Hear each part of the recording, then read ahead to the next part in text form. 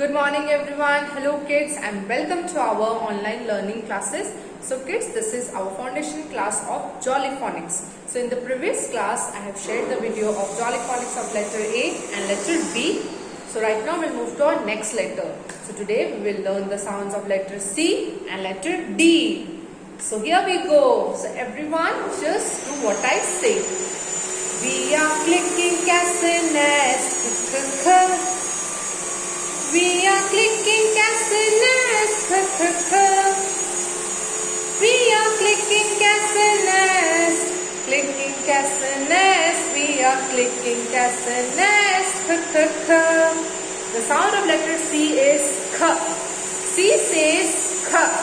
So here we'll move to our next letter and letter is D.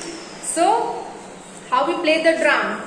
See me play on my drum. Playing drums is a lots of fun with the da da da da da da da da da. See me play upon my drum.